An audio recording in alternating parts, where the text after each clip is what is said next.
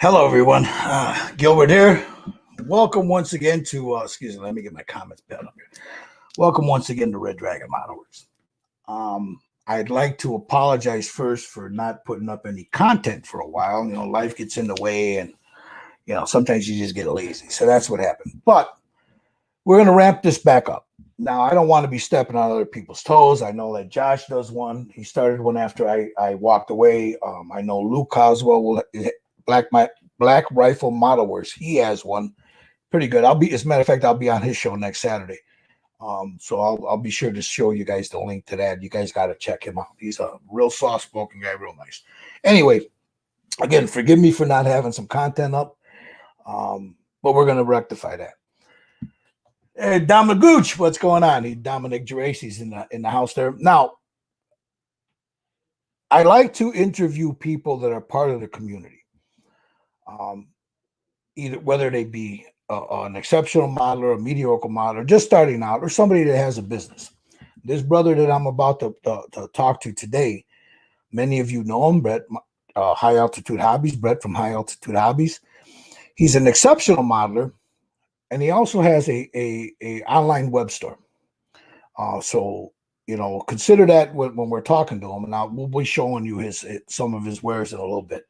But without further ado, let me bring that brother in. There he is, Mr. Howdy. Now, Bret, I always screw up your name. It's Marquardt. Nobody gets it right. Don't worry about it. It's the RD that throws me off. Yep. You know, everybody off. You know, every time I see this, Bret Marquardt, it's like, no, there's an RD there, Rockhead. You know, you got to make sure you pronunciate the RD. So how you doing, my friend? How you been? Been great. You know, busy at work, staying healthy. How's this last year, this Rona nonsense affected you guys? We've had record sales. We had record sales before it hit, and that just made record sales even more. Yeah, we're gonna get into that in a little bit because you dropped some pretty cool news there, you know. So everything, but family healthy, you know. Family's healthy. All my employees are healthy. Nobody got sick. My parents got sick, but they didn't get it bad. They were only down for a couple of days. Yeah. I mean, I know I remarked on this before. You're looking great, man. You lost a lot of weight. You know, I mean, you're just looking good, man. Your skin's really nice, you know. You know, your eyes are clear. You're looking really good. Now, how you feeling? I feel great. It's been life has been good to you, huh? It's been a great life. Just bought two new cars in the last 6 months. I know. I saw the thing. You got rid of your Camaro? Yep, traded in the Camaro and got a Mach 1. You just got the Camaro, didn't you? No, it's 3 years ago. Well, for me, that's just got it. The dealership, because I was just casually looking around, the dealership offered me more for the car than I paid for it 3 years ago. You're kidding me. Wow. So I couldn't turn that down. And the Mach 1s were just released, and I got the first one with a handling package in Colorado. So nice. Yeah. So life is good for you, huh, brother? Yep. All right. Life is good. I've got a couple of topics I want to throw out, and then I want to also discuss your High Altitude Hobbies, your online store. But I want to go back to the beginning with you, bro. You know, I want to talk about how you got into this. How did this sickness, this plastic sickness we have, how did it bite you? When was the first time that you realized, hey, man, I got to do this kind of stuff? I like this. Well, my dad built models, of course, when I was young. He wasn't young, but he built part-time models, and he bought me a F4 Phantom. I'm pretty sure it was monogram. That was the first model built. I was about 9 years old, and that just took me right there, and I kept doing it. And unlike a lot of people, I didn't ever really stop doing it. You know, I got married and slowed down a little bit, and I dated and slowed down a little bit. But, you know, I also dated a girl in high school. Her dad was a major talented modeler back in the late 70s, early 80s. Mm-hmm. He did something, you know, he was in the military in World War II, and he did it. I just found out he did it for PSTD. It helped him, but he had models all over his basement. So I was, you know, 16, 17, seeing that, wanted to be that good. And I wish I'd have paid more attention to him, but I was, you know, dating his daughter and didn't really care about him. Right. And I just kept doing it throughout my life. You know, I took a few breaks when I did music, and I took a few breaks when the kids were born, but nothing really long term. I probably haven't been maybe 6 months that I haven't been building my whole life since 9 years old. And, you know, my son now, he's 21. He races right now. He's down in Denver at a drag strip racing his Challenger, but he builds models too. So I'm passing it along. Awesome. Now, what is the genre that I know you do a lot of things, you know, and I've seen you do trains, you know, and stuff like that there. Which ones do you enjoy the most? I usually have 3 models on the go at once: a car, an armor, and an aircraft. Okay. Because it's 3 different styles. You know, I want my cars to be shiny and nice and new. My armor's all dirty and messy, and planes can go either way. If I was forced to choose, it would probably be aircraft, 48 scale aircraft. Now, do you I remember a while back you showed us you had models everywhere down there. Now you've since remodeled that place, right? Moved everything around and fixed it up a little bit more and stuff. Yeah, I'm going to do a video on the cave once I get finished getting it cleaned up, the new cave. But I still have models, probably twice as many since I showed you guys last.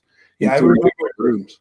Yeah, the first time I saw some of your work was you were on the International Scale Modeler, the hangout there. Mm-hmm. I think it was the Friday night thing you were doing with. And I can't remember what plane it was, but you were doing a plane. And then the way the camera was situated, you could see a little bit of what was behind you. And I thought, damn, how does he move in there, man?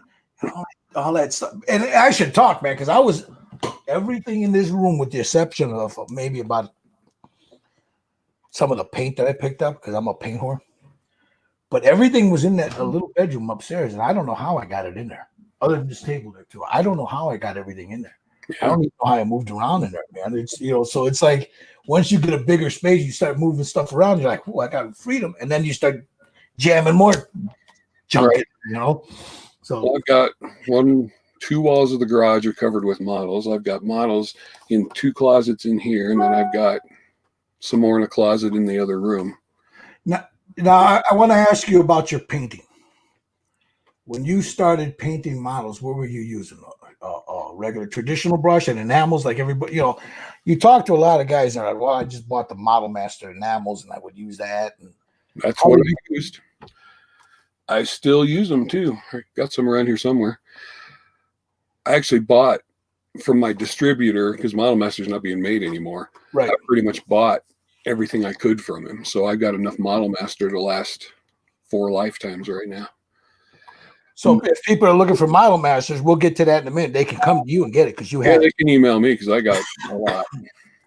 Okay. And you know, that was because it was easy to get. We didn't have Tamiya, and we didn't have AK, and we didn't have, you know, Revell. We didn't have any of that. We had Model Master, and we had testers, the little bottles of testers. Yeah. Now, when you were cutting your enamels, were you using the lacquer thinner or the enamel thinner? The enamel thinner. What do you do now when you use enamel? Now I'm using leveling thinner, Mr. Color leveling thinner, and Mr. Color for the enamels. Works in the enamels too. No kidding. I never tried it in enamels. I usually use lacquer thinner. That's what I've always cut enamels with. And then, you know, you see guys, you watch these YouTube videos and, oh, I came up with that. No, you didn't. We were doing that in the 70s and in the early 80s, you know, cutting it with lacquer thinner because you learn that it flashes out faster and it dries quicker, you know. Exactly. But so Mr. Levelington, man, it's pretty much a lacquer. I've got like 6 bottles of that I've never opened. Yeah, it's a lacquer. Yeah. It's a lacquer thinner essentially. Just it has a retarder in it. Now, will that lacquer thinner, will that Mr. Leveling thinner work with that AK paint behind you? Now, I have not tried it. I've tried when I got the stuff from you. I tried Vallejo. I tried just as you know, to see what would work. Vallejo, the Model Masters, the universal acrylic one. Yours acrylic one. There was another one. What is it? I used the Megamo one and a homemade one, and none of them worked real good. The only one, for me at least, that worked really good was their own thinner. That's what I hear. I still haven't used it yet. I just now brought it home and put it on the shelf last week. I've been selling it, and I sent it to you to try, and I still haven't tried it yet. I'll tell you what, the white is some of the best white that I've shot through an airbrush. It's got good coverage as long as you thin it right. It's got good coverage. The other one that I like is that charcoal black ink that you got. That stuff there, man. I mean, it's just because I don't like using black, on a car maybe, but on a figure. I use them mostly on a figure. And if you're doing shadows aren't black. So that carbon black is really good. You add a little like a burnt umber, a transparent burnt umber in there, and then you shade it a little bit with that, and it gives you a beautiful shadow. So that I like that paint. It's really good, man. Well, that's what I hear. Everyone's saying good things about it. And you haven't used it yet. I haven't used it yet. This is the first 200 were all supposedly figure and fantasy series. Mm-hmm. They just released 80 for the AV series. But you keep them all in stock in your store. Yep, keep them all in stock. And they're releasing the Air series 2 months from now, I believe they said. So they're replacing all of their other AK acrylic lines with this. Now you also have, since we got into that, excuse me. The name of your store is High Altitude Hobbies. Yes. Now it's not a standalone store, so it's part of something bigger that you're a part of. Right, it's part of my Ace Hardware store. Okay, so it's like so talk a little bit about it. How did you get into putting the models in the hardware store? Well, when I got hired to be the general manager of the Ace 4.5 years ago, the owners had seen my YouTube channel, and because of where we are, there is no hobby stuff. And next to the closest hobby store is 98 miles away. Wow.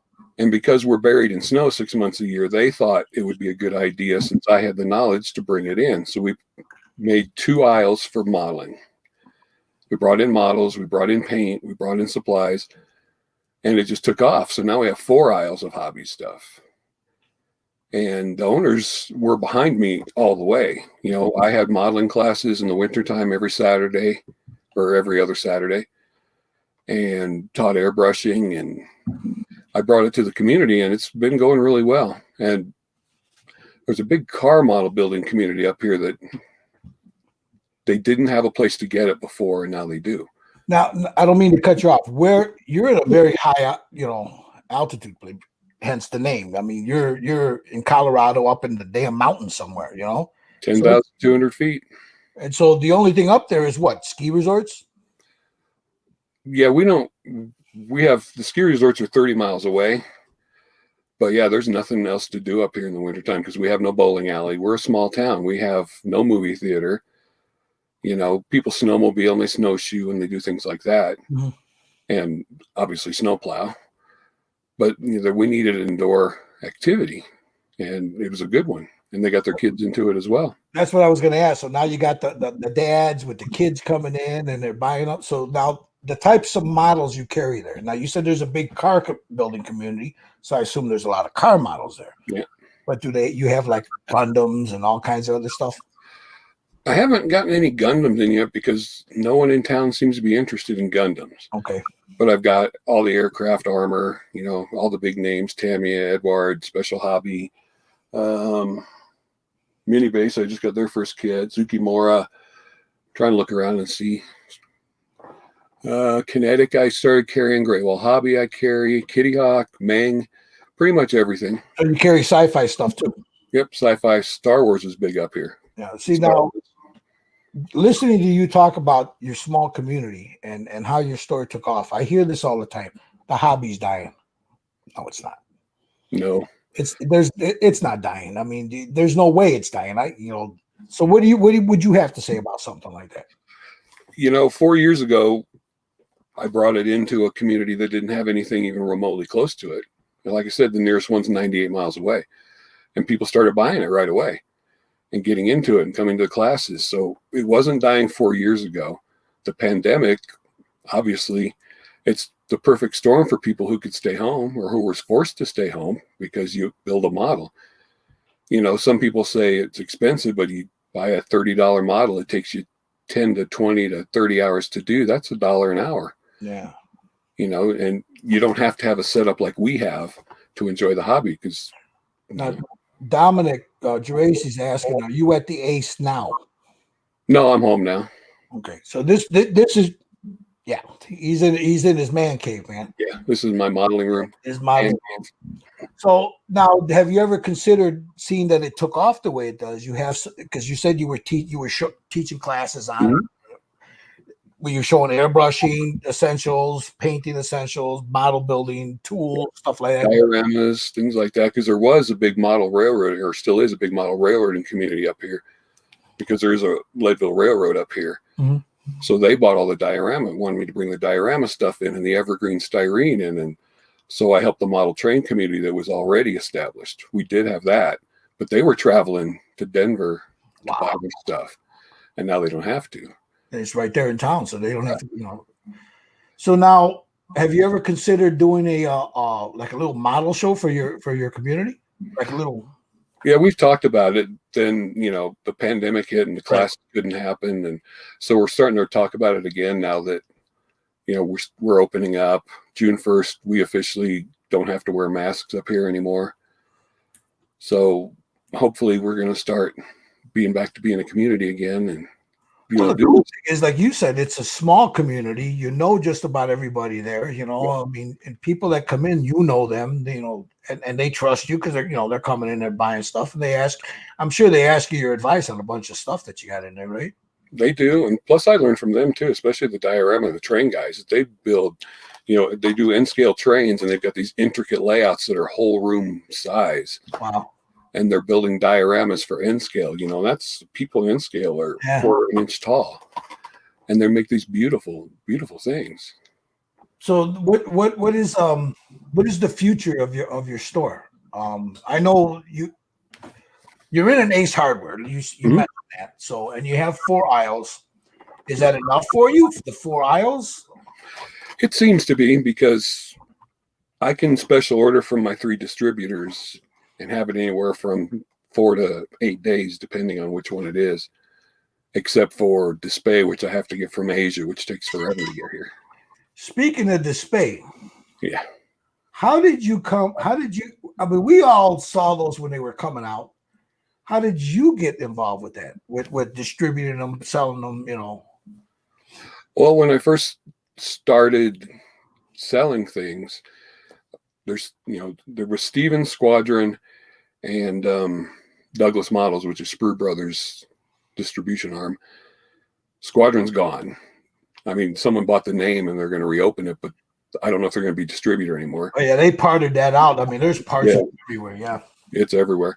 But there's one called Heartland Hobbies in Lincoln, Nebraska now that has been around for a long time, but they were a train. They still are trained, but now they've gotten into plastic models. So what the distributors couldn't carry, I went directly to the vendors, which was Display, which was, at first they didn't carry AK, but now Stevens does, so I can get it easier. Kitty Hawk, I had to get from the distributors. So I just would send people emails, companies emails, say, hey, I want to sell your products. Do you have a distribution plan? And they do. You know, they sell it to me for one cost. Then I mark it up what they let me to, you know, got to make money to pay employees. I can't hear you, Gil. Sorry, I hit the button there. My daughter was talking to me. Sorry about that. You got to pay the bills. You got to keep the lights on. So, I mean, you're not getting crazy rich out of stuff. You know, it's the market just a few dollars. You know, if most model companies, to me, Hasegawa, they have MAP guidelines, which are minimum advertised pricing guidelines that you can't violate, or else you can't sell their products. See, that's what I wanted to ask you, Bret. I mean, because you don't. A lot of guys, I knew a couple of guys that sold stuff, and they wouldn't tell you. But you know, you're not making a lot of money on this stuff. I mean, no, I'm not. You know, I mean, when you buy a kit and you sell that kit, there's some people that think, oh, they're gouging me $10, $15 extra. No, I don't think so, man. I mean, when you look, especially now with the internet, when you can go on and you check prices and stuff, right. and yeah, you'll find eBay. Of course, that's eBay. You know, these people will gouge you on eBay, and you'd be a fool to buy a brand new kit on eBay because you don't know what you're paying for it. You know, you're paying 30, 40, 50% markup on it. Right. But when you look at a reputable store, like say yours, the price is decent, man. So what do you have to say to people there that would complain about the price of a kit or tools? And I'm going to get to the display because I love that stuff. But what I'm talking about plastic right now. What would you say to people that come up? Well, you're overcharging for, I don't know, say a Hobby Boss a Sukhoi Hobby Boss. What would you say to them? Say, well, my markup is such that I'm selling it for less than most other people are. Yep. Because I'm inside my hardware store. My hardware store makes money. Right. So I don't have a standalone store that I have to pay rent on. So I can mark things down less. But the cost of shipping right now is outrageous. Getting things from the UK and from Asia is astronomical right now. Shipping, I shipped a package to the UK to a guy, and I hadn't shipped to the UK in 6 months, and postage has doubled. I lost money on that deal because I didn't realize how much postage had gone up. Yeah, this guy here. Him. Yeah, this guy here is in the U.S., maybe a couple of states away from me. That's $8 to ship these two. Right. $8. The shipping. They cost me $10 for them, but it's $8 to ship it. But yeah. Right. And I try to ship everything by priority mail, which that way it's there in 3 days. So it varies. If I can use a flat rate package, it costs $8 for a small one, $15 for a medium sized one. Right. If I can't, then they got to weigh it and everything else. And see, that's the other thing, Brett. I mean, you have people complaining about shipping prices, but that's totally out of your control. Right. I have no control over shipping. Yeah, that's the USPS or FedEx, whoever you're using. That's their rate. That's not right. And I don't add any handling fee. Like I don't charge for the boxes and the wrapping and the bubble wrap and all that stuff, or my time to wrap it. I just charge postage. Whatever postage is what you're going to pay. Because that's just what I do. Now I want to talk about display for a minute. Okay.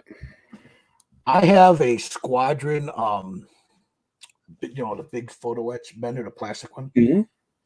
It's okay, but it's not great. No. I have one from Miniature Market that was this big that cost like $60 for one about this big. Right. And then I've got this thing here that I got from you. And I'm going to get some more. It's just, I need to sell some figures, bro. But I've got this thing, and I love this thing. Yeah, that's beautiful. And the quality of this, I mean, I'm amazed at the quality of it. So now what would you say to somebody if you think they tell you, well, they're too much money? What would you say to somebody about that? Especially when I'm talking about the display versus, say, Squadron, or say the ones they get on eBay. What would you say to them? Well, I'd say what my dad told me, because my dad did a lot of stuff woodworking. He said, you buy the quality you can afford, you buy. Because if you're buying cheaper, you're going to replace it, and eventually it's going to cost you what the good one would have cost you. So spend what you can afford on the tools, especially if you have 400, 300, 2,000 kit stash. Take a month and don't buy a model.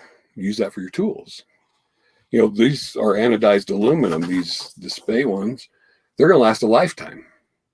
I've dropped it. I've nicked it. I've got this one too that costs, $30, $40. And it's lasted too, but you can tell the quality is just not as good. Yeah, it's not as good. So you don't have to have them. But if you're going to do this on the long haul, buy it once and don't buy it again. Now you have other tools on your desk from display, right? Can you show them, or do you have to? Is it going to be? I can switch cameras. Yeah, let's see some of those really cool stuff you got there. I want these people to check it out because you know what? I really love this stuff. These display tools. All right, so there's the photo etch benders, and that's all. They're all anodized aluminum. Yep, they're all anodized aluminum. They're all great high quality. Tommy knows this. He buys everything. You know what he told me? We were in the hangout yesterday. He says, I know he's got some new tools. He's going to show it everything. I know he is. I'm like, he's going to get you, Tommy. He's going to get you. He is. Because Tommy's already asked me for these. These are they're shaped just like their nippers, but they're photo etch benders. So there's no blade. And so you can get into really tight photo etch places and bend things better than the Tamiya ones because they're so small. And they don't have an edge on them. They're just flat on the end, right? Okay. Just flat and smooth on the edge so you can bend photo etch. Nice. And you carry those in stock? Yeah, I got 2 left, I think, because Tommy bought one. And most of the display stuff I have in stock. I got another order coming, but like I said, it takes about 2 months to get it in. You know, I got this, which you got. Yeah. This, which is a sanding tool, which you can see how dusty it is, where you adjust the angle. So you can take something and slide it and you want a 45-degree angle, and then you just look at that. sand away. And you know, you change, this is adhesive sandpaper that they sell, so you can change it out to whatever grit you want. And you carry all the adhesive sandpaper that goes with that stuff, right? I do. All the adhesive sandpaper, all the sanding pads. I think you bought both sets of the sanding sponges. Oh man, yeah, I've got Plus I've got the refills for those, so you don't have to buy a whole new set again. I think I got all their the pads, the sponges, the files. I got them all, bro. Once you get addicted to it, it's just hard to let go, you know. I prefer, and this, I know I'm going to get grief over this, and I don't want, this is not the way I don't want anybody to take it the wrong way. I've tried a lot of sanding products, and you know what? I really liked the display, you know, not the display, the where is it? Infinity. God, I like the Infinity stuff. You know? Yeah, the Infinity stuff's good stuff too. Yeah, I mean, I love those too. You know what I'm using a lot of it. You sent me these to try them out. Let me switch my camera real quick here so I can show people. These little things right here. Yeah, those. These are from God Hand. Yeah, God Hand tool. Yeah, these little. Yep, I've seen them, but I haven't. Actually, you sent them to me. Yeah, I do have them. They're right here. Yeah, you sent them to me. Got them right here. These things here, I use them a lot, man, a lot. And what I like about them, I wash them off, and it looks like you never, you know, the grit is still there. Yeah, you do that with the adhesive, like the display. They came out with this anodized tool for curves for sanding. That's great for fuselages. So you can change the adhesive paper on that. And they came out with, where'd it go? I got too much stuff over here. Well, there's a 90-degree one as well, which I don't see right now. So you can do corners and edges. It's a shame I can't find it. Oh, here it is. So this one, 90-degree. So you can just put sandpaper in there and you're doing all your edges, like your leading edges to your wings and your flaps and just things. They have a new magnetic paint shaker where you sit the bottle of paint on it and it magnetically stirs the paint. Doesn't shake the bottle, but it magnetically stirs the paint. So I've got a couple of those coming in to check them out. You got a questioner from Rick Zink. He says, did Bret know Grant from No Scale Auto on YouTube? He was from Northern Colorado. That's the no code name. I think I met him at a show once in Denver when we were having shows. That was a long time ago. And he says he likes that angled sanding tune. Hey, man, drop him a line, man. Yep, we got these for sale. I think he's talking about that one that you got on the table there, the one you with the yeah, that one. I think that's the one he's talking about. The model railroad guys love this because, you know, they take their evergreen styrene, their rods or their strips or their I-beams and stuff, and they get the angle they want, and then they just, you know, sand it right down to that perfect angle. Yeah, that would be, I could see that. That would be good for scratch builders, you know. Scratch builders love this. Yeah. Regular model guys like me, I don't use it all that often, but when I'm doing dioramas, I do. Now you carry all the glues also. I see them all on there. And I see that one there, and I'm telling you, man, that MIG ammo one, I like that glue. I really like that glue. Yeah, this one, there's two different ones. They've got a slow dry, and then they've got the regular extra thin type, and I love it too. It's such a great glue. Yeah, I mean, Ian Hamilton sent me a bunch of bottles of that a while back, and then MIG sent me 2 of them, and I've got one left, and I baby that, man. Yeah. I really like that glue. That glue is pretty good. Well, I have them in stock too. There you go. So everything, mostly all the stuff you got on your desk, you got in stock. Right, everything except all the border model tools that I showed on Josh's show last week. I only ordered one of those just so I could try them out. Mm-hmm. But these glue holders are from Tank Craft. You know, they started making those mats with the tanks on them and stuff. Okay. These are anodized aluminum. And it comes like this, and it's got a block of styrofoam in it. Uh-huh. And it's designed where you take the center out of the block and you can use it to hold your MIG glues. Nice. Because up until then, there was only everything to hold Tamiya cement, but nothing for the MIG bottle. And I wonder, does the what is it? I got it in front of me. Does the Testers plastic cement one, does that fit in that round one too? I wonder. It looks like they're about the same size bottles. I'm looking at them right here. They look like about the same size bottles. So I believe that. I don't know if I have any testers around anymor. I believe that'll fit in there. You know, the thin testers that they have with that, that pinkish reddish label. I think that it looks like the same. I'm looking at it in front of me. They look about the same size. Too small for Salvaset. Yeah, the Plastruck. That's a little bit bigger. That wouldn't fit in there. Yeah, I wouldn't fit in there. Yeah, that wouldn't fit in. Josh says you should tape this board. I thought those were really cool. What? Oh, we were showing them those mask cutters, those boards. Oh yeah, the Infinity ones. Yeah, he had not seen them, and I said, "Man, I bought all mine from Bret." You know. Yeah, these are great. Because you never have to buy thin tape again. You just cut it how you want it. Yep, and there's in all kinds of shapes and radiuses and stuff, you know. Yeah, so. you got your straight lines, and you've got this will do tiny little diamond patterns and all sorts of shape. Same with this one, you know, all sorts of shapes. Yeah, because the grooves are in them, and then of course your regular radius one, which I used the other day for taping up. Oh, I used it to get the radius because this is round on this tape edge here for the painting, for masking up this lightning that I'm working on. Okay. So I used it there for that to get the right radius. Nice. You ever finished that train you were working on? No. It's sitting here.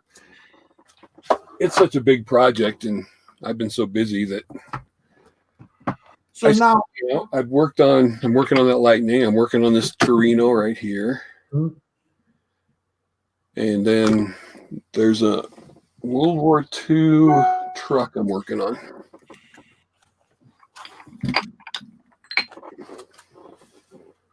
Dominic says, I will be ordering. I'm telling you, man, those he's got some really cool stuff.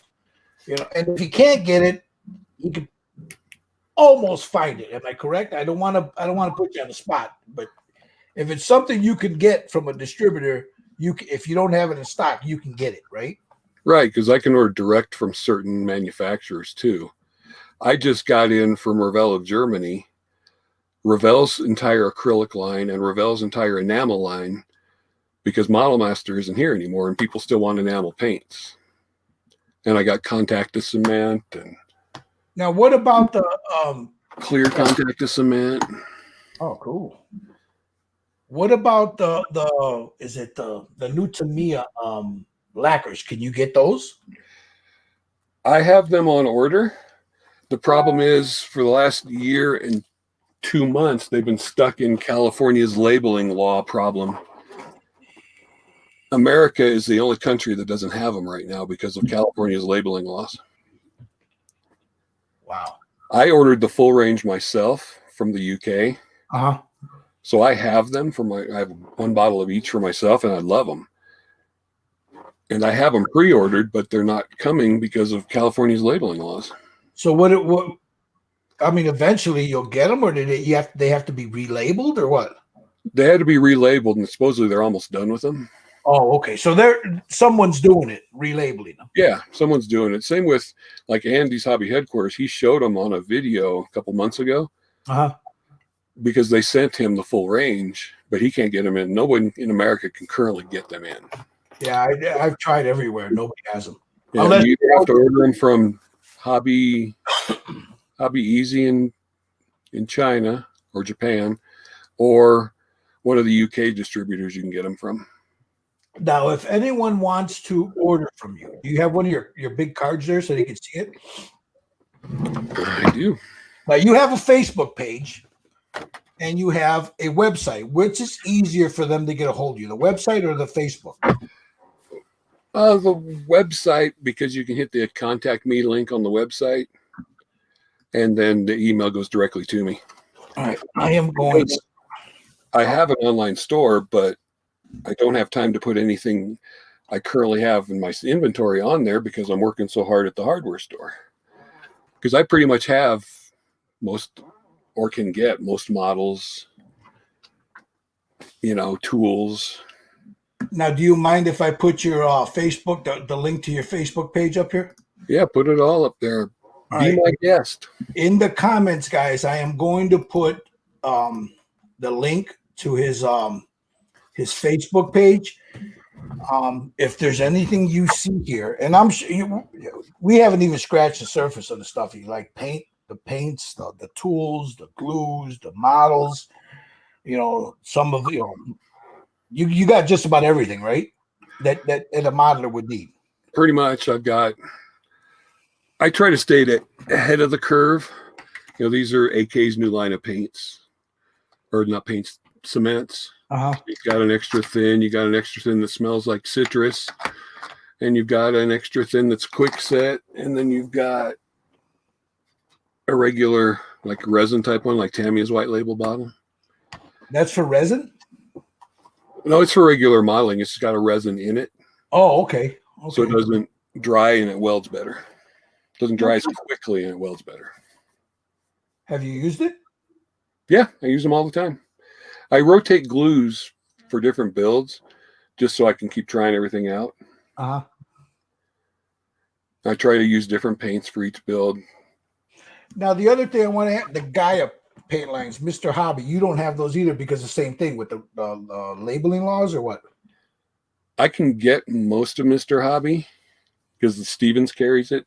Because I can get all the Tammy paints except the LPs because they've already taken care of their labeling problems, except for there's a new Mr. Hobby line of metallics that I haven't been able to get yet.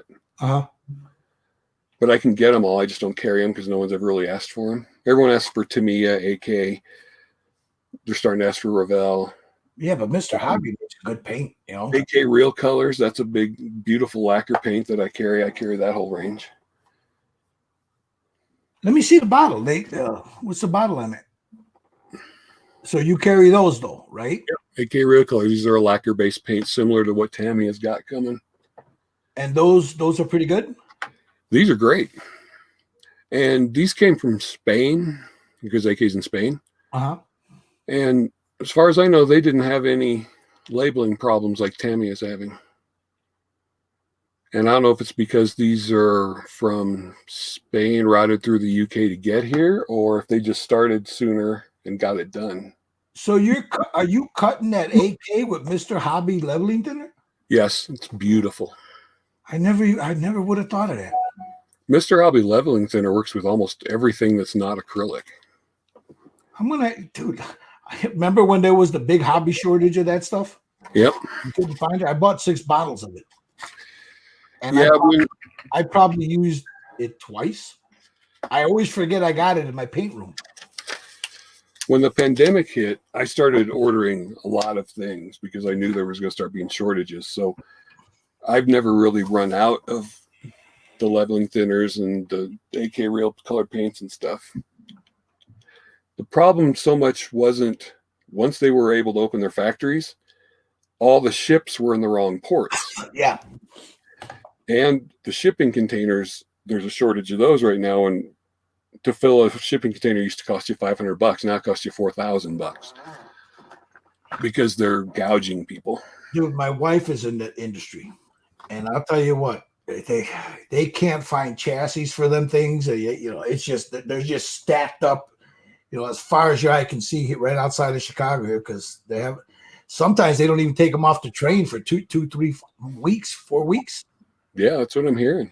Oh, it's bad, man. It's bad. And she's pulling her hair out because she's got to move stuff, but there's no equipment. or they won't take them off the trains because they don't have the room for them. And yeah, it's a nightmare. That this COVID really put a kibosh on stuff. It's been a logistical nightmare for people. And then the other thing was that the crane operators went on strike. These guys are making $25, $30 an hour, and they said they wanted more, so they went on strike for a while. So it's like it's crazy. It's just ridiculous, It is. It is what it is, and all that trickles down. Like in a hobby, I've noticed it's hard to get stuff, man. I mean, and when you do get it, it takes longer to get it, Right.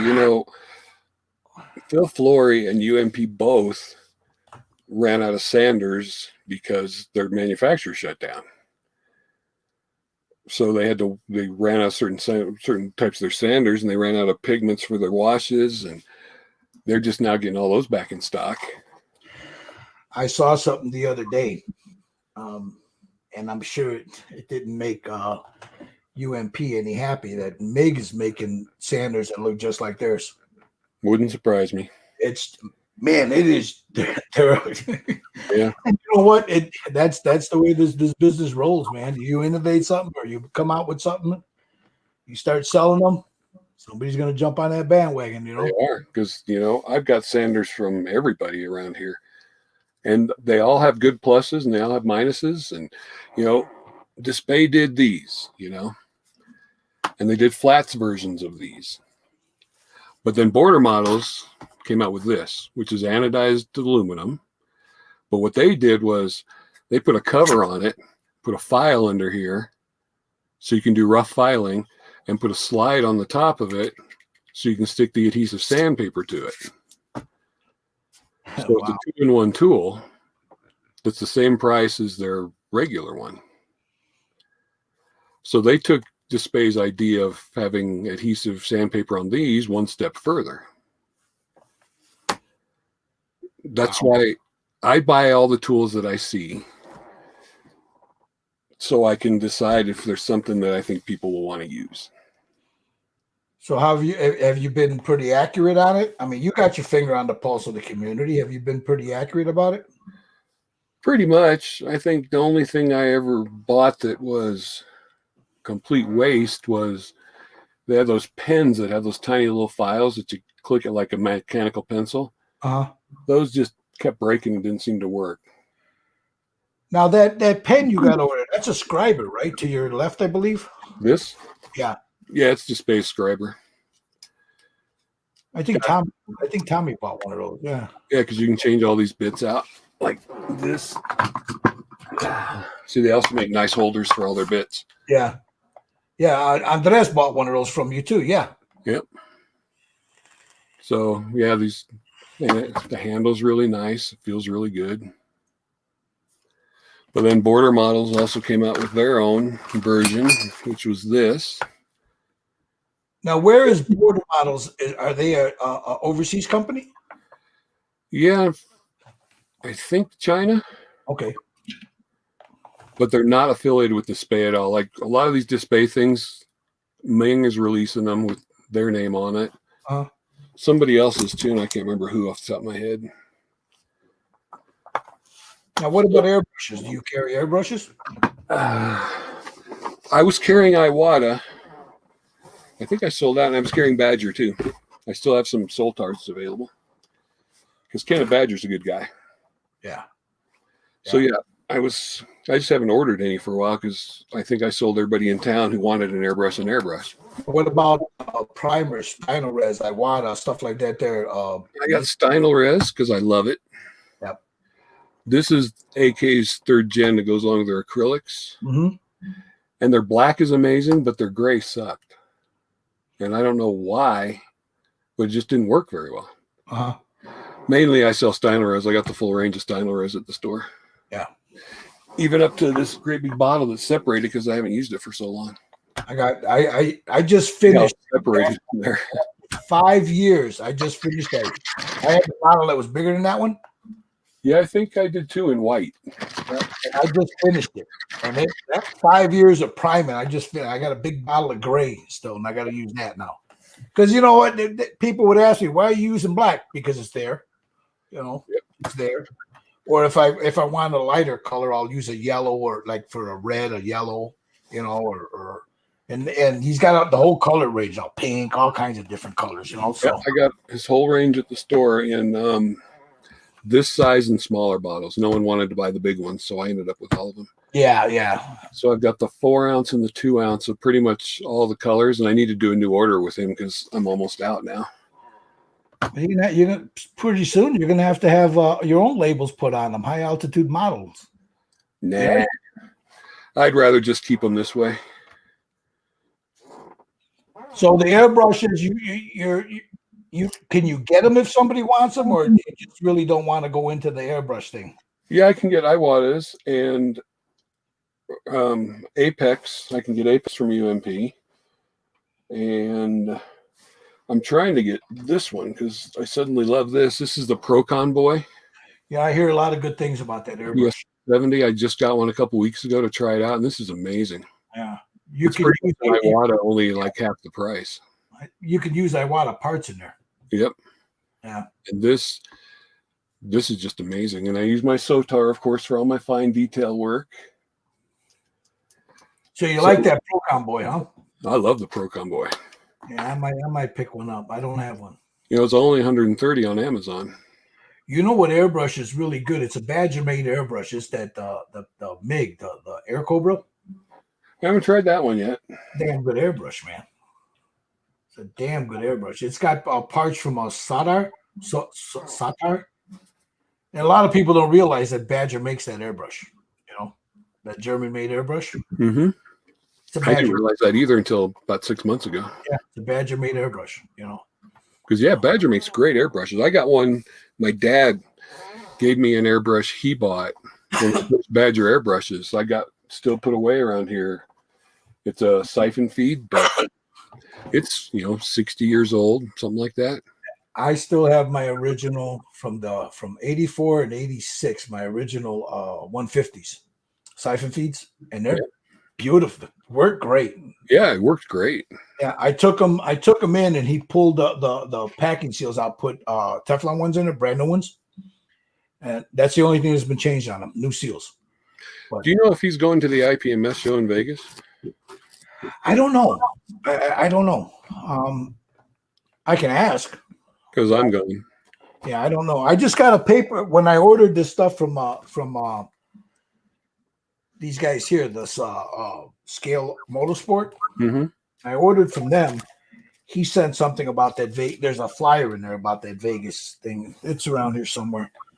So I'd have to look and see. I don't know if they got the vendors in there, like listing the vendors or whatnot. You do on the website. I just haven't looked at it yet because the vendor room's sold out. And they've got more people pre-registered than ever in the history of the show. Oh, no kidding. Yep. And I'm going. My son's going. Vegas in August. Nice. We're gonna melt. So now I want to get into your what's in the box type of thing. You're showing reviews. Yeah. Now, a lot of people. I talk to people. I tell them, "Hey, did you see that video?" These guys. Now, most of the guys that I talk to, they know who you are. Stuff like that. There. So I'm gonna drop the link to your YouTube channel in here and show that, because you get in depth. I mean, you show what's in there. Some of those, after some of the things you're showing, I don't see other people do. But you know what? You go on YouTube and you see those. Here, let me show you what's on the sprues. There's like 30 videos of that. Mm-hmm. So if you've seen one, you've seen them all. Right. So when you do something like that, what's your thinking when you're going to show something like that? You want to show something that other people haven't seen, or just a new product? I like trying to do all the new kits. Be one of the first to show the new stuff, like that Lancaster that just, it just hit the U.S. distributors, and I got it 2 days later. So I was one of the first ones to have in stock to sell them. Sold out already. And there's a new ME163 from Gas Patch that I just did a review on, but this one, because it's not in America yet, I had to order it from the Czech Republic. I'm pretty sure it's where they are. Just so I could get it into a review. Plus, it's the first new 2/48 scale ME163 in decades. Testers, I think, did the last 48 scale ME163. and it's a beautiful kit. And I just did the review on it, so that'll be going up in a couple of days. But it's just, the detail is amazing. The instruction book, it's one of the best instruction books I've ever read or ever seen. It's got all the color call outs, but it's got like finished, they tell you how to do it, but then the bottom you see this is what they think it should look like when you're done. They do that with every part of the build, This is what your YouTube channel is under your name, right? It's High Altitude Scale Modeling is a YouTube. That's where I'm messing up. I put High Altitude Hobbies. Yeah. I mean, I didn't want to search through my subscription. I want to show the link to your.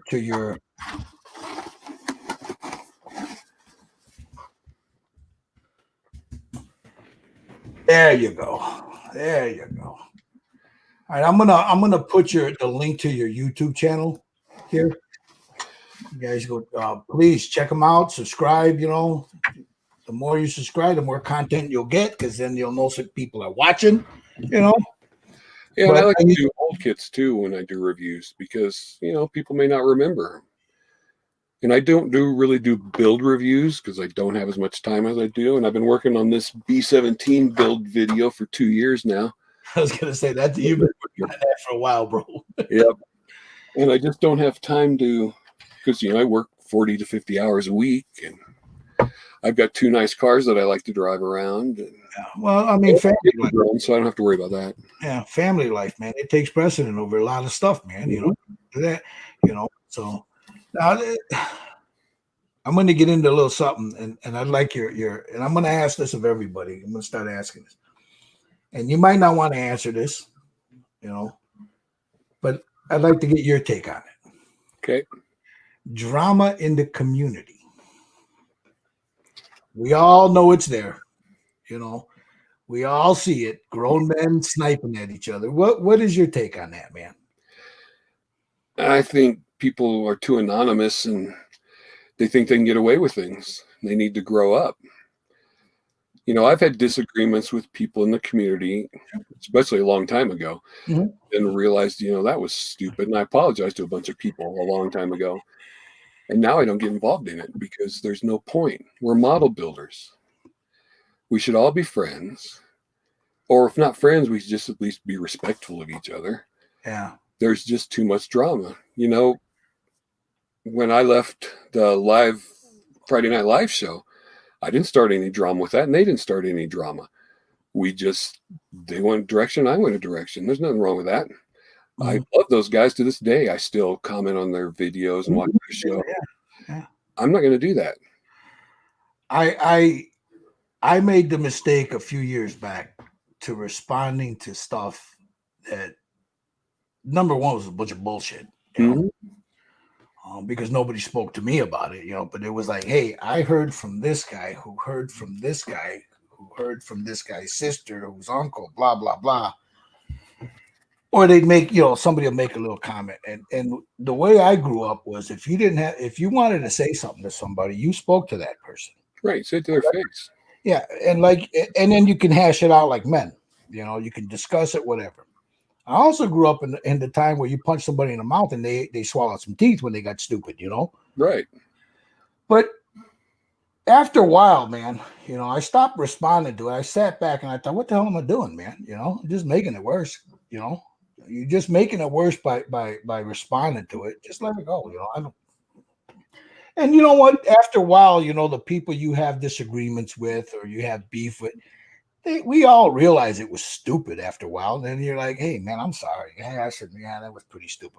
Right. There was a time 5-10 years ago where people were just all talking crap. We had our group, and there was another group we were talking crap to and crap about, and they were talking crap about us, and there's another group. Yeah. And we all finally just came back and said, why are we doing this? Yeah, it makes no sense. Right. The people starting it are the ones getting the thrill out of it.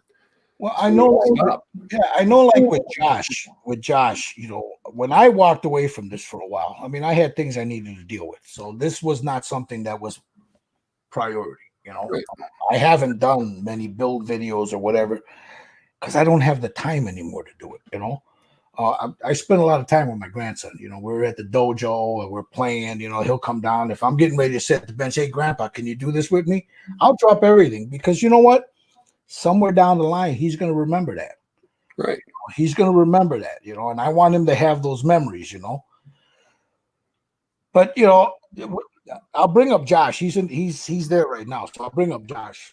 There's another guy that was going to do some interviews. I mean, it's not like it's a monolithic thing. Josh didn't come up with it. I didn't come up with it. Matter of fact, I got it from the miniature guys.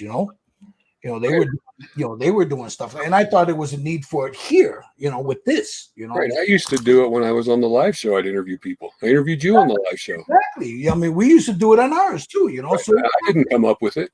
Yeah, it's not. It's just a natural progression. You're trying to bring people in. You know, somebody of interest. You know, and thing like that. But Josh caught a little shit over that. Well, the guy did. You know, oh, you're stealing it from Josh, and Josh is like, no, he's not. You know, Gil did it before me, and somebody did it before him, and before him, and so there's always somebody in there do the drama thing. That's another reason why I walked away from doing a lot of videos. I got tired of the nonsense, bro. I got tired of it, but you know what? That's society now, man. You got these people that are, they don't like how your hair is. They don't like your beard. They don't like your shirt. They don't like the sound of your voice. They look at your model. Fuck that, I can do better. Well, then show me. Show me you can do better. Show me you can do better. Don't leave it in the comment. And I leave them all up, even the bad ones. I'll leave them up. And then I'll just tell them, okay, I'm glad you watched. You don't like it. Now show me what you did. Right. So I'm the same way. I get a few bad comments every now and then, and I just smile and say, thanks for watching. Thanks for your feedback. I'm not going to engage that. Yeah, because when you do stuff like this, right. Especially when you're putting it out there on the internet, you got to have a thick skin, man. Exactly. You really do. You can't listen to the chat, because it does. Even when like with the groups that I have, there's some people I don't like them. But you know what? I like their work. Right. Will I sit down with them and have a cigar and a beer? Hell no. They're just caustic in their personal life. But when they're building, I enjoy what they're doing, Exactly. So, I don't have to like somebody or like their politics or their religion or their, whatever they think of life. I just like what they're doing as far as the hobby's concerned, So as long as we can do that, hey, to each their own, man. I don't care. I think you feel the same way, right? I do. And it's like your group, especially the whole political thing is left out of it because I may not agree with your politics, but I like you as a person. So let's just not talk about the politics. That's the way I am. People. Yeah. I mean, we get into a hangout. We'll start talking and it'll creep in every now and then. And you guys, oh no, here we go. But you know what? We sit there and we joke with each other about it. They'll call me this, I'll call them that. But at the end of the day, we're laughing and we're friends. I don't care what a man's politics are. I mean, I don't care who you shit. You can be worshiping a purple cockroach for all I care. I don't care. That's your religion. You can be gay, straight, tri-gay, whatever. I don't care. As long as you and I can get along and talk in a rational way, it doesn't bother me. Right. Because let's take the lumber thing, for example. Lumber prices have gone up 500% in the last year. Someone wanted to make that a political thing. I had to explain to them that the sawmills all closed down. The lumber people all went home. Texas had a freeze in Houston. The resin for making plywood, that plant, because the resin froze in the pipes, they can't clean it. They got to replace all the pipes. That's why there's a shortage of PVC. There's a shortage of other plastics because those plants that are in Houston all froze and they can't clean it. They've got to replace it. Mm. Our lumber prices have gone through the roof. Our margin for lumber is exactly what it was a year ago. We raise our prices the equivalent of what the lumber yards are raising them to us. We're not making any more profit on lumber than we did a year ago. Well, it'd be pretty stupid if you didn't. Right. Be a losing proposition.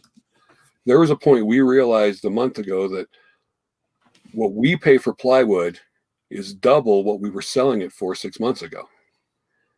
If we didn't raise our prices, we'd be out of business. But we're not doing it any different than before. Our margin's exactly the same. We just have to pay more. So eventually it'll come down. The sawmills are almost back to full capacity. The trucking industry is taking a big hit because a lot of people are retired. So deliveries becoming harder. But it's not a political thing. Whichever side you're on, neither one of them did this. This happened because of the pandemic. Yeah, the pandemic, and then you had some crazy weather that hit, and yeah, it's just no politician froze Texas. Yeah, I mean, geez, which is why I just let it go. I was talking to someone, and I just finally told them, "Look, you're making my head hurt." There was an accident, and this is in the community board here in town, and there was an accident that a lady, they don't know what happened. She had her kids in the car. She ended up going into the oncoming traffic and hit another car, and it killed her. Somebody put on, why she died, right? The kid died, right? Right. Somebody said, why? It was an accident, car accident. Mm-hmm. She was reading Biden's blog. I'm like, you're going to make this fucking political, man? Exactly. Or you hear some left. Look, I'm in the middle, but you hear I can be a little bit too far to the left at times, but you hear some people, man, on the left. They blame everything on this over here. And then these people, the echo chambers, just like, in the hangouts, we like Mickey, Dominic's in there right now. I give him shit all the time. He'll post a meme up and then I'll put something up and he'll post something. But we're kidding with each other. We're not, it's not serious. We're just, as the Brits would say, we're taking the piss out of each other. That's all we're doing, Mm-hmm. But you see a lot of that more. I've noticed a lot more creeping into the community, especially, and then you got to remove the comment, kick the guy out. You don't want to kick him out. He's a good guy. He probably had a bad day and watched Fox News or watched CNN or something. Something angered him. Right. He posts it on there, and it's like, really, dude, don't go there, man. And I don't play that. Not on mine. No, and being in the retail business during the election cycle, I banned political talk from inside the store because people would get in arguments, one side or the other. And I said, no, this is a neutral environment. My employees will not talk politics while they're on the clock. And you will not have a negative political discussion in the store. If you want to have a positive political discussion, hey, great. But if you get negative, you're leaving. Yeah. You don't need that in it because you never know what can happen, man. Somebody on the wrong side, but yeah. So what's the hobby drama can go away. It's going to be there no matter what. People are anonymous. Just ignore it and be happy. Yeah. That's the way in our hangouts we kick the piss out of each other, but we're all friends. Right, we're all friends. We all know that. We all know how they think politically, but we try to minimize it. I mean, it creeps out every now and then when we've had a little bit too much to drink. But even then, somebody's like, hey, tone it down, guys. We're friends here. And exactly, we're friends here. Let's stay friends. So now, what do you see for the future for high altitude hobbies? I'd like to take a week off of the hardware store now that summer's here and I have my summer employees, and get the online store fully functional. Because I've got hundreds of models that need to be sold online. People need to know about. I've got the entire AK range behind me that I have at the store that I've only got 3 online so far. Now I've got the Revell acrylics, the Revell enamels. I want to take a week to get the online store fully up and functioning. Now, I know why you're a friend.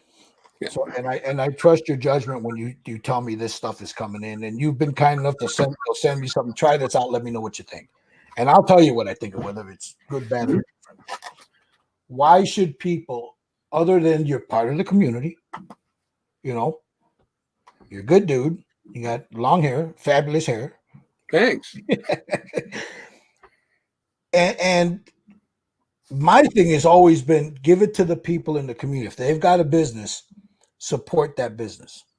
What would you say to people trying to make a plea for your high altitude hobbies right now? Well, I've priced things fairly, usually cheaper than most places because, like I said, my overhead's lower. If you special order something, I'm not taking any money till the product is in my hand, ready to ship to you, because you special ordered some things, and I won't take any money. A lot of these guys who buy from your friends, and they say, "How much do you want? How much?" Well, when I get it in my hand, you pay me, because something could happen from the time I order it to the time it gets to me, because I don't control delivery, and I don't want to lose your money. Right. So you can special order and not have to worry that you're gonna lose your money, because it'll be in I'll even send you a picture of it when I have it. It's here. Mick bought that Titanic, that huge Titanic, and I held on to it for 6 months, I think, till he could arrange to payment, pay for, and because it's an expensive kit, it's $300. So, I won't take your money till it's absolutely ready to be sent. I'll hold things for you till you're ready to pay for them, because I got a couple people who want the new Tamiya Phantom plus another kit, so they want to save on shipping. So I'm holding that kit till the Phantom comes out. And I'll talk to you anytime. That's what I tell people all the time when I tell them, hey, go check out Bret. Send them a message here. You can do them if you're a member of the community. You can just send them a Facebook Messenger and tell them who you are. Where you have people PM me too. They can do that too on Facebook. Yep, the PM you or go on your Facebook page. But I tell him all the time, he's never if it's not there and he don't have it, he's got to special order it. He won't charge me until he physically has that in his hand, and then he'll say, "I got it," and then I'll tell him invoice me, or he'll invoice me and say, "Okay, it's in Guild, blah blah blah, whatever." And I know you've done that with I've talked to a lot of other guys that have bought from you, and you the same way. You go to certain other places, they'll bill you right away. And you're waiting 2 months for it. Like, where's my shit? Oh, it's on back order. But you got my money. Exactly. But it's on back order. You don't do that. You don't play that. No, I got a list of people who want certain things that aren't out yet, or certain things I'm out of. As soon as I get it in, I email them. It's here.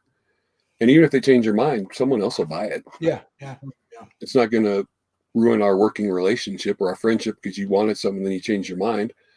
Again, Mick in the Titanic, I'd have held that onto him forever if I needed to, just until he got settled and was comfortable getting it. Because, like I said, it's expensive kit. Yeah. And I didn't want to do layaway because I didn't want to keep track of that. I wanted him to have the money. Same thing with all this, display stuff. Tommy buys everything display. I don't always have it. As soon as I get it, I let him know and ship it to him. Yeah, he loves that. He loves. Yeah, like I said, he just did an order, and I've got 2 of the 3 things, so I'm going to email him. And is he still here? Yeah, he's in there. You got. I don't have the panel line wash pen, so can I send you the other 2 things? He's getting one of these cool photo etch things. Yeah, Dominic says he ordered on the Rune's recommendation a few weeks ago, because we tell him, man, and when he says, we're talking about something, and I'll tell him, go see go see Bret, see if he's got it. You're not going to pay, a higher price. You'll save some money going to him, and if he doesn't have it, man, he will get it for you. Yeah, as long as it's still made, I'll get it. Plus, like I said, I'm not going to charge you shipping and handling. I'm going to charge you shipping. Yeah. Shipping, it's just part of doing business. I don't have to charge you for all this, because pretty much I recycle or I use the free priority mailboxes. So now you're gonna hopefully, if things work out, you'll take a week off and then update your website. Yep. Okay. But they can still get, if somebody needs something, they can get a hold of you. If you have it, you don't have it. If you can get it, you don't get it, you'll let them know right then and there. Yep. You can just contact me through either the website, through Facebook, then Tommy, go ahead and send me another message. As soon as I saw it pop up, I'm like, there it is. Yep, Tommy buys everything. Yeah, he was talking about it yesterday. He says, I know he's got more stuff. And he's going to show more stuff. I got to get my credit card out. Yep. There's a whole line. Display's releasing lacquer paints. And I'm going to get a few in to see what they're like. Because paint is paint. I can't carry every line of paint. Oh, exactly. Yeah. And, but I want to test it because maybe it's the most amazing paint ever. Or maybe it's just like Tamiya and AK and I don't need to carry it.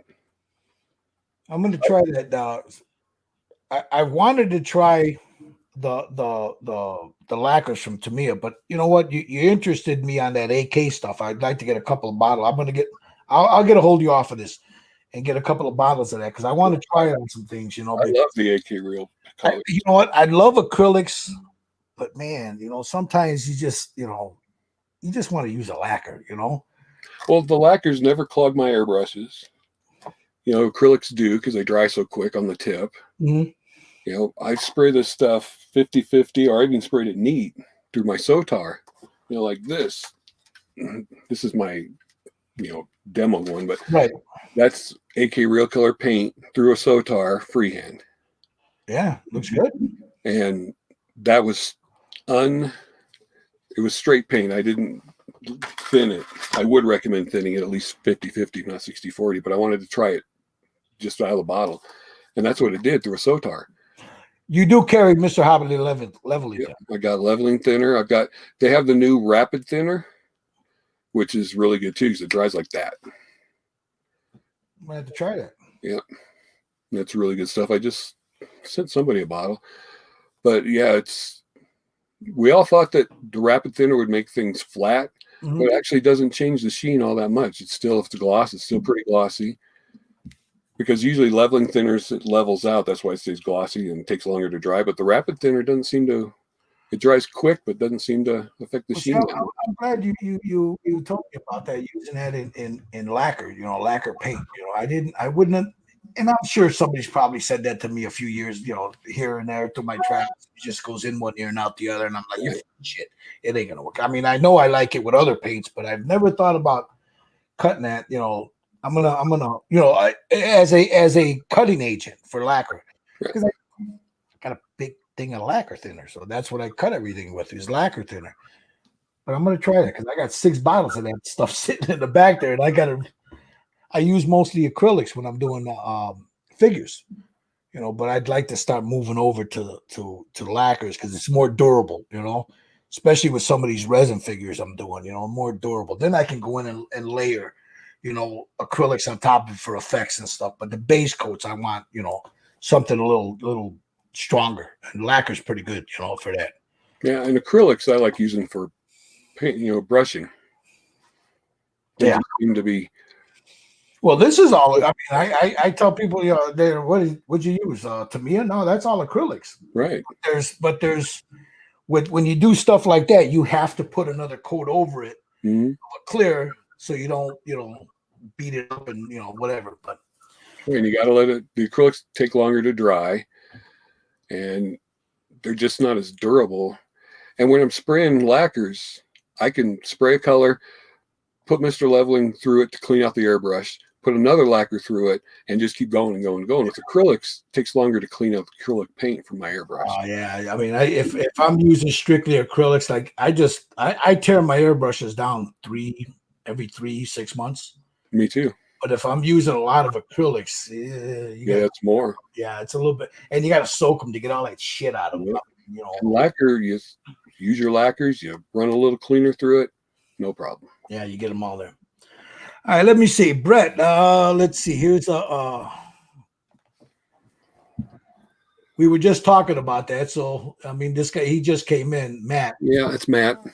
Well, Matt, they're currently held up in California labeling law hell. And they've been that way since November of 2019. That's when the labels arrived in California and they wanted them done. And I think the pandemic made it worse because, everybody was sent home. So the rumor is by the end of the summer, Tamiya LP will be available at all your favorite retail outlets, or at least me and Andy. Yeah. I know Andy's hobby headquarters is going to have a big load of them as soon as you can get them. I'd like to get him on here one of these days. I like to pick his brain a little bit, I like Andy. He seems like a really good guy. Yeah, he seems like I mean, I've never spoken to him other than like on his Facebook page, back and forth. And I don't see too much of what he hasn't put much on there himself. He's got his admins doing it, but didn't he put a warehouse? Is it in Colorado or it's in Arizona where he's at? Okay. Originally it was in Oregon, but he moved Oregon. That's what I was thinking. Oregon, yeah. But he moved it all. He's got pictures on his Facebook page too of the new warehouse and stuff. He's got a lot more money than I do because he got that whole warehouse and he's fully stocked on a lot of things. Yeah, but all he's doing is RCs and models. Right. So you have a hardware store you have to worry about. So there's a big difference there. And There's there's things I try. Like I tried carrying Estes rockets, and then we have a fire ban every summer because it's so hot. And I can't sell rocket motors in the summertime because they explode and they'll light the ground on fire. Yeah. So I stopped carrying Estes rockets because I couldn't sell them for the 4 months out of the year that we don't have snow on the ground. Now, do you sell RC cars and stuff too? No, because no one's ever really wanted those either. Not really into it there, huh? No. So, And I do have people from the communities who, when they're on vacation in Colorado, they'll stop in the store and buy things. And everybody's always welcome. Let me know when you're coming, and I'll make sure I'm there. All right, Bret. I don't think there's anything else unless there's something you'd like to say. Other than No, just keep building models. Yes, the pandemic's over. Well, not really, but you can go outside now. If you're vaccinated, you can hang out with people. Yeah. And again, vaccination is your choice. Same with my employees. I didn't force anybody to get vaccinated. So I did it myself because my parents got sick. My granddaughter wanted me to be vaccinated to be around the grandkids. And I was afraid that they were going to make me be vaccinated to go to concerts. Mm-hmm. So I did it and got it over with. There you go. But yeah, we're open. If you're in the neighborhood, stop by. Keep building models and being friendly, and leave the drama to the queens, as Gil likes to say. There you go, brother. Bret, I appreciate you sitting down with us, brother. Thanks for having me. I'm glad to see you're doing well. I'm glad to see you looking good, man. Everybody's healthy, man. We'll be in touch, bro. Well, now that I got my summer staff, I can start being on Fridays again. Awesome. The link's always up there. You're always welcome to come in. You know that, brother. All right. You take care now, Bret. You have a good one, bro. Thanks. All right. Good night. Bye. All right, fellas. Next week on Saturday, it's going to be at 4:00 Central Standard Time. I am going to have Andres Dominguez, Laying Low Hobbies, excellent car guy. The week after that, I believe it'll be Dominic, will be on, another car guy. And the week after that, was it Dominic the weekend? I have to look at my thing here. I was discussing it last night, but Joshua. I think Joshua will be not this coming Saturday, but the next Saturday, and then Dominic will be after that. So I've got 3 set up. Next Saturday, I'll be on Black Rifle Models, and I'm going to put on here. He's you guys go ahead and check him out. He's a British brother, and he does interviews. So there is his Facebook page or YouTube page. And then I'm going to drop in here. Excuse me. I'll drop. I'm sorry. I'm jumping around here. Bret's YouTube page. I'm sorry. These are both YouTube pages. So I'll drop Bret's YouTube page, so you guys can go ahead and subscribe to him, man. Thanks, Dominic. I appreciate that. Again, I'm sorry I've been kind of laxed on this. I really enjoy doing these. I'm going to start reaching out. Let's see. There's Bret right there. He says, and I'll let him show you what he says there. Thanks, Gil. These vlogs are great. I really enjoy watching them. Well, thank you for being a part of that. And I treasure you as a friend. And, I trust him as a businessman. So if you guys are looking for tools, paints, models, glue, you name it, get a hold of them. High Altitude Hobbies. The Facebook page is up there. I'm looking right at it. It's in the comment section. Subscribe to his Facebook page. You can if you're a part of Red Dragon Model Works, if you're a part of Styrene Syndicate, he's a member there. You can drop him a Facebook message, or PM him, or DM, the way these new kids are saying it. Drop him a message. Tell him what you're looking for, and he will tell you what it's going to cost you, and if he's got it in stock. And if he can't get it in stock, if you want it, he can get it for you. So, lots of Scots. What's going on, brother? So, okay, we're the next 3 weeks we have people coming in. I'm going to try to start bringing in some people that are not well known, some up and coming YouTubers, car modelers, sci-fi, armor, aircrafts, figures, people that you don't normally know. I'm going to reach out to these guys, people that have just started out their YouTube channels. We'll bring them in, talk to them a little bit about their journey, and help some of the community members build their channels. So if you guys know of anyone that would like to do that, drop me a message. You can always email me at styrenesyndicate@gmail.com, reddragonmodelworks@gmail.com, or if here, leave a message here on the comments. I'll read them, down below, or DM me, So anyway, as I always say, thank you all for watching. I appreciate your support. I appreciate over the years.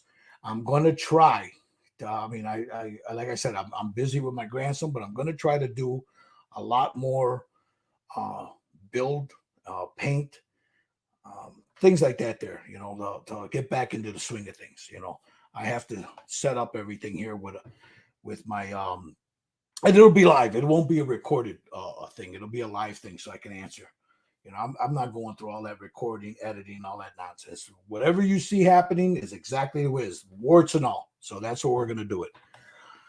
And, there it is. So I'm going to try to get a little bit more of that. And hopefully, I was also thinking some of the guys that are part of the Hangout group, maybe get them in and we just have a general chat, discuss things, anything from modeling to, I don't know, wherever the conversation takes us, So I'm thinking about doing something like that, so you get to know some of these people a little better, So I'm going to talk it over with them and see if they're game for that. It's always, you can't just be one person doing it. You bring other people in, and the diverse personalities are what makes this work, not just me or someone else. It's the diverse personalities that make things work. So anyway, be good to your families, love your children, leave the drama to the goddamn Queens, brothers and sisters. And you know what? Build a goddamn model, man. Enjoy life. This is Gilbert, Red Dragon Model Works, Styrene Syndicate, and bidding you all peace. Enjoy your Sunday. Good night, guys.